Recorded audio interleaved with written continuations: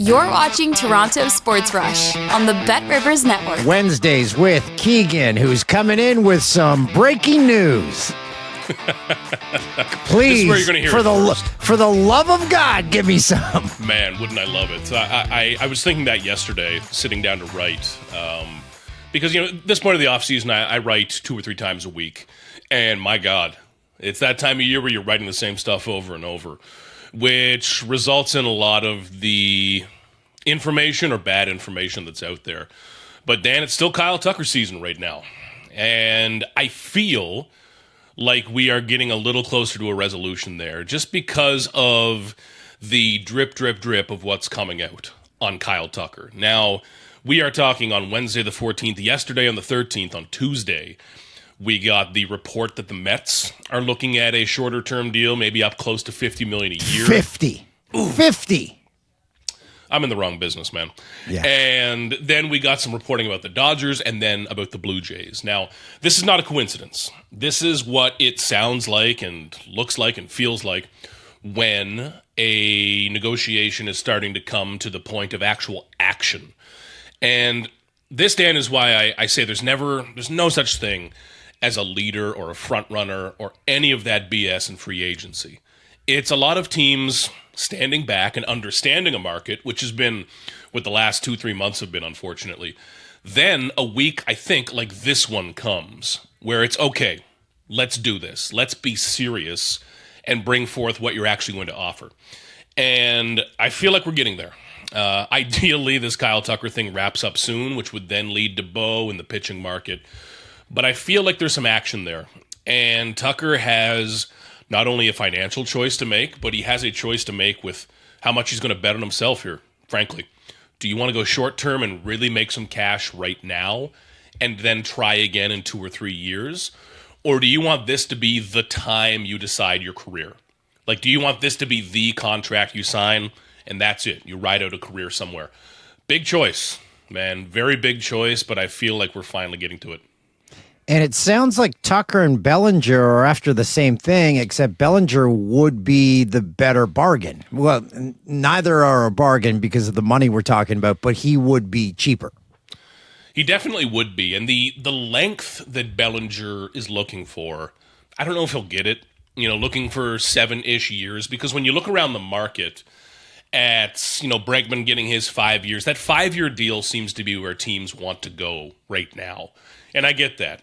Teams are not looking to go too far into the future, especially, Dan, when there's a little bit of uncertainty about what the CBA will look like.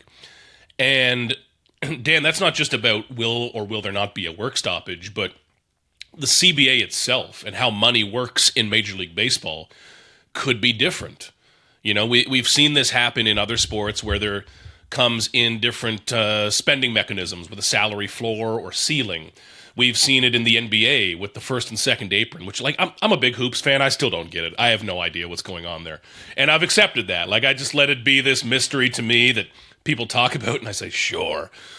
We don't know what baseball's money landscape will look like a year from now, for better, for worse, for the same. So teams aren't really going super deep right now, Dylan Cease being the exception, and I think he's worth it. But Bellinger, man, beyond the Yankees, I'm curious where that market goes. But I think that Bellinger is another one that would happen soon after Tucker. It just feels like the market is waiting on Kyle Tucker. And, man, what a decision that is going to be, because it's going to leave teams scrambling. And we're getting to the point where it's, man, my flight to Dunedin's in 27 days. Not that I'm counting down fearfully. But we're getting close to this needing to happen. But I think it starts with Tucker. If you put it in airport terms, the Blue Jays, and I put it this way because this is how I feel when I go on trips. Once I'm past security, I'm like, now I can relax, okay? Everything else is just gravy. Yeah, I'll get a snack, I'll get a coffee.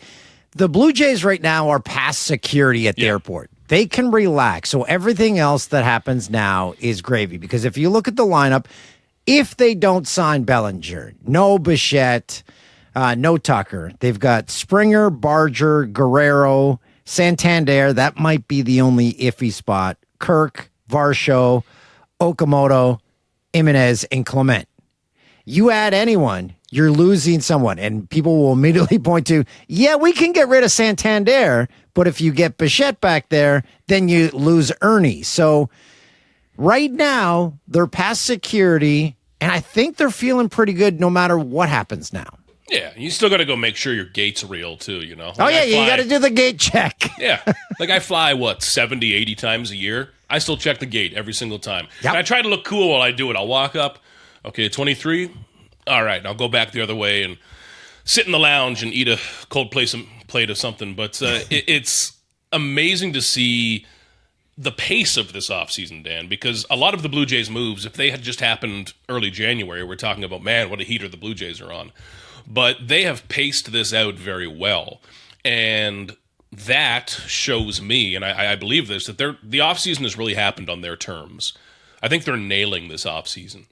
And if Tucker or Bichette do not work out, I still think the Blue Jays are very much involved in Tucker. Well, they are.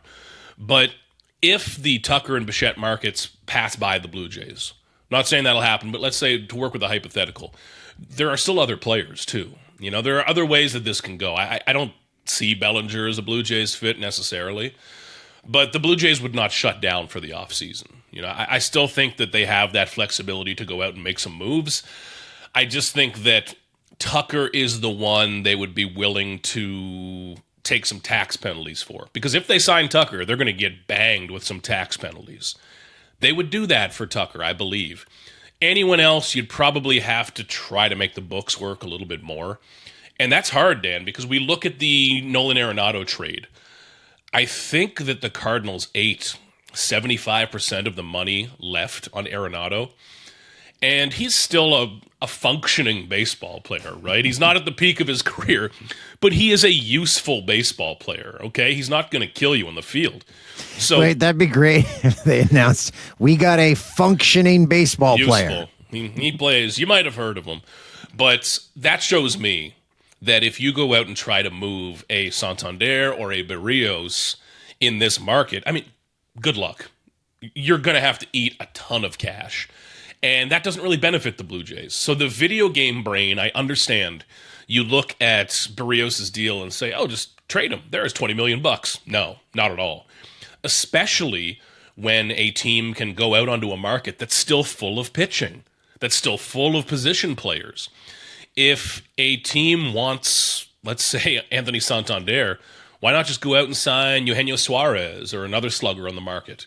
The Blue Jays don't really have any leverage whatsoever in that market to shed salary, and I think they'd have a very difficult time shedding any salary. So I don't really look at that as much of a play right now. I think that Tucker is the name that you really spend for.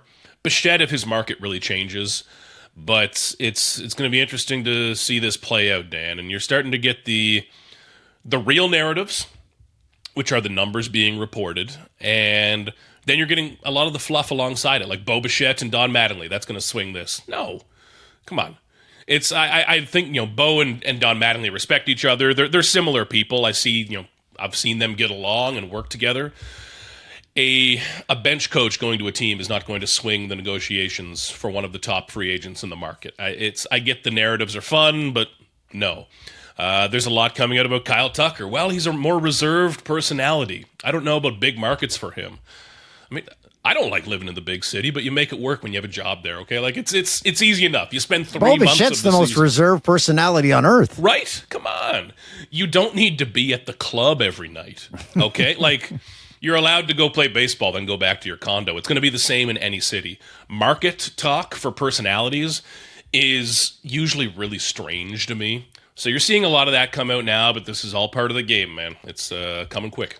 Speaking of things coming out, I realized we're really in the weeds when I saw an article about Don Mattingly, and the headline was, "You won't believe what the Blue Jays did to Don Mattingly." And then I dove into it. I'm like, I got to really find out. And they made him carry out his contract until it was over. I'm like, I think that's standard stuff. But oh, man. Remember when crazy? Blogs used to be good? Remember when blogs used to actually add to the conversation? Yeah. Instead of just being It was just creating noise when there was none. Look at what they did to this baseball legend. But it's, I mean, my God, I think the Blue Jays handled Mattingly very well. He ends here. I kind of liked how John Schneider explained like the conversation he had with Don Mattingly, in that Mattingly said, like, listen, like, I've done all I can do for you, and I think that's really cool, to be quite honest with you. Like, John Schneider was a new manager in the big leagues, and he's experienced. Everyone liked him and respected him, but you still need a bit of that steady hand of when things go wrong, when things get a little jammed up on you, how do you handle it? And Don Mattingly was kind of John Schneider's wise old coach with him, and he helped him. John Schneider took the Blue Jays to a World Series, and now Don Mattingly can say, listen, like, I've done my job here. And he's got the right to do that. He's Donnie freaking baseball, man, whatever. But, can't believe the workplace violations going on in Toronto. and I know why the Blue Jays probably did it. They're like, well, we just want you to just, in case we have like some phone calls and we have some questions for you, we just don't want you to be with the other team. So can you just serve it the rest of your contract? Which Don probably said, yeah, we already know what's going to happen. It's fine with me. You're paying me, so you can call me whenever. And he ended up in the organization where his son is the general manager. I don't think any of this happened like whimsically, like, oh, wow, this just happened to line up. I mean, it happened on purpose, and it's all okay. But, man, it's, I'll miss being around Don Mattingly. Like, it's fascinating to hear him talk baseball. I think he gave the Blue Jays a lot. I know that a lot of people did not like when he was the offensive coordinator. I did not like that job title. I'm glad it's gone. But, man, one hell of a baseball guy, and has more stories than I could ever dream of having. But now it all worked out, man. He gets to be with his son in Philly. I think that's pretty cool. Who fills his shoes? Pat Borders? Man, I wish. I think that's probably a lot more of DeMarlo Hale. And DeMarlo's great, man. Everybody loves DeMarlo for a reason. I think that you'll maybe see an addition to the staff. We'll see when that gets like fully updated here coming into spring training. But a lot more, man, John Schneider. Like, I don't think that Schneider needs that veteran voice around him. You can never have too much, of course. But like, I think that John Schneider is one of the premier managers in Major League Baseball. Like, I really do. I think that it's very hard to rank managers. Like, we're not talking about quarterbacks or starting pitchers here where you can say, hey, he's a top 5 guy. But I think a hell of a lot of ball clubs would trade their manager for John Schneider, especially given that he is young, given the experience that he now has. And, Dan, especially given his ability to handle the media. And I don't say that, like, selfishly or to make it about my job. A manager, I take the job title of manager very literally now. Like, it means that you are the manager of this company, of this team. And that involves a lot of public perception. The Blue Jays make John Schneider the face and voice of their organization as much or maybe more than any other team does in Major League Baseball. Like, Schneider is always talking. And over the years, that means he's had to talk about stuff that shouldn't be up to him, but he's left with it, man. And I think he handles that very well. I know some people would like him to say the F word a little less. I'm so sorry. But I'll try to cause that less this year. I don't want any children hearing that word. But no, I think the Jays are in a great place with that, though, man. And their coaching staff will change a little bit, but if there's anything that goes wrong with this team next year, I don't think it's starting at the top. Speaking of managers, had a chance to talk to Canada's manager at the World Baseball Classic, Ernie Witt. Ernie. And I got to say, this is my first, I told him how I grew up watching him, and my first time ever speaking to him. What a pleasant man, and what a great face and voice for baseball. Absolutely, man. Ernie's the best. Like, I was talking to Ernie down at the MLB winter meetings in wherever I was in December. I forget already, but he was there doing an event for the WBC. And the amount of time he's given, like, Baseball Canada in this country is cool as hell, man. And I think that a lot of people who were not Blue Jays fans through his playing career don't really understand, like, how big a part of the Blue Jays he was and how long he played for the Blue Jays. Like, he was a cornerstone of those teams. He was not, winning MVP awards, but he was a cornerstone of a lot of those Blue Jays teams. And when you look at a lot of the all-time marks, like when I talk about Alejandro Kirk, the trajectory he's on to maybe being the best Blue Jays catcher ever, a lot of those records among catchers belong to Ernie Witt, man. And the time he's given Baseball Canada now to give that national team a name. And Dan, I think the WBC, the Canadian team, is pretty fun. Like, I'm not going to tell you they're going to compete with the Dominican Republic this year to win gold, or with Japan or US, whatever. But 8 years ago, Team Canada in international competition, we were talking about, like, which pitcher can get a week off from substitute teaching to come pitch in the Netherlands. Like, it was scraping guys together. Now you're fielding a team, I think, pretty much exclusively of big leaguers, but especially their young position player talent with the Nailers and Otto Lopez and O'Neill and Denzel Clark in center. Like, this is like a young, athletic team that's about to get really cool. I honestly think it's about to really start a bit of a surge in baseball in Canada. So for the next WBC, I think this gets really fun. Unfortunately, Freddie Freeman not playing, but man, Ernie's one of the best. And the more he's around the Blue Jays and around Baseball Canada, the better. But man, I'm glad you got to talk to him. I'm actually going to throw that on the TV there later. I just saw that pop up, so I'm pretty fired up. Yeah, he saw the direct link between the 85 Jays and this past year's Blue Jays team. And I'm like, was it just me? Or he's like, no, there's so many similarities. And that team brought out the same feeling I had back in 1985. So it was great to go down memory lane. Man, Buck Martinez said the same thing about 85. Now, number one, like, catchers are the most interesting baseball players by far. And just like in hockey, like the goalies, because to be a catcher, there's something like a little off with you. Maybe quirky is the appropriate word. Goalies and catchers want to be in on every play because that's what you are. Yeah, come on. But Buck said the exact same thing going through the season.